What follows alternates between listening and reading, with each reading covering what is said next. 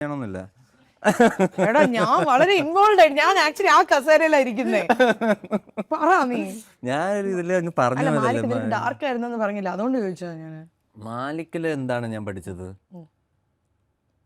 മാലിക്കില് what എന്നെ മഹേഷ് ഇങ്ങോട്ട് inspire ചെയ്ത സാധനം is the visual of that song which I never expected. അങ്ങനെ ഒരു വിഷ്വലാണ് വരാൻ പോകുന്നത്. ഇപ്പൊ തീരമേ തീരമേല് മഹേഷ് ആ പാട്ടിനെ എങ്ങനെയാണ് കണ്ടതെന്നുള്ളൊരു സാധനം, like how I made him listen. ഇത് ഇപ്പം ഇതൊന്ന് കേട്ട് നോക്ക്, ഒരു സാധനം വന്നിട്ടുണ്ട് എന്താണെന്ന് അറിയില്ല, ഒന്ന് കേട്ട് നോക്ക് എന്നൊക്കെ പറയുമ്പോൾ പുള്ളി സാധനം ഫുള്ള് ഇങ്ങനെ ഇരുന്ന് കേട്ട് ഇത് മച്ചന് ഹിറ്റാണ് ഹിറ്റാണ് ഹിറ്റാണ് ഹിറ്റാണ്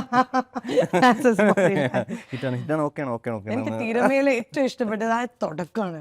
Yeah, so he gave me that idea. Like, you know, പുള്ളി വന്ന് നമുക്ക് ലക്ഷദ്വീപിൽ ഇങ്ങനത്തെ ഈ കല്യാണത്തിന് മുമ്പ് പാടുന്ന ഒരു ടൈപ്പ് സാധനമുണ്ട്.